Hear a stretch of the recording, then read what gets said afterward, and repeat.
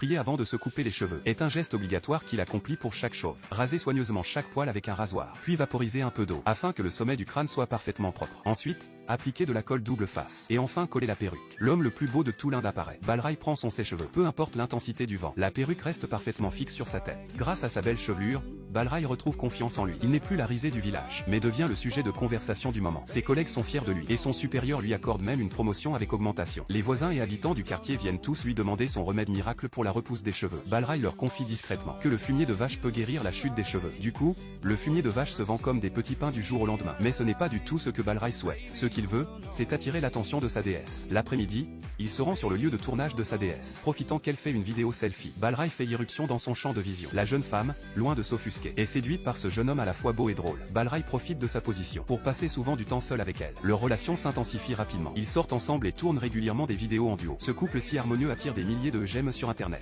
Tout le monde pense qu'ils sont faits l'un pour l'autre. Ce jour-là, Balraï escalade discrètement le balcon pour faire une surprise à sa bien-aimée. Leur relation de couple est officiellement scellée à partir de ce moment-là. Mais pour Balraï, le cauchemar ne fait que commencer. Au lit, sa petite amie veut caresser ses cheveux, mais il refuse subtilement. En voiture, elle veut toucher ses cheveux. Il refuse à nouveau. Sa petite amie le trouve peu romantique. Balraï ne sait pas comment s'expliquer. Face à son véritable reflet, Balraï est profondément tourmenté. Il a envie de révéler à sa petite amie son défaut, mais en voyant l'enthousiasme de sa petite amie pour leur vie conjugale, il n'arrive pas à se résoudre à parler. La veille du mariage, Balraï ne supporte plus le poids de sa conscience. Il décide d'envoyer un message à sa petite amie pour tout avouer. Il fait les 100 pas dans sa chambre, angoissé, attendant sa réponse. Peu de temps après, sa petite amie l'appelle. Elle est en train de célébrer la cérémonie prénuptiale et lui dit qu'elle l'aimera toujours, ce qui le remplit de joie. L'amour véritable ne peut en effet être entravé par ses apparences. Pour ne pas trahir sa petite amie, Balraï organise le mariage le plus grandiose que le village ait jamais connu. Alors que tous sont plongés dans la joie, un collègue sort son téléphone et lui demande ce que cela signifie. En y regardant de plus près, il découvre que le message a été envoyé par erreur à son collègue. Autrement dit, sa petite amie ne sait toujours pas qu'il est chauve.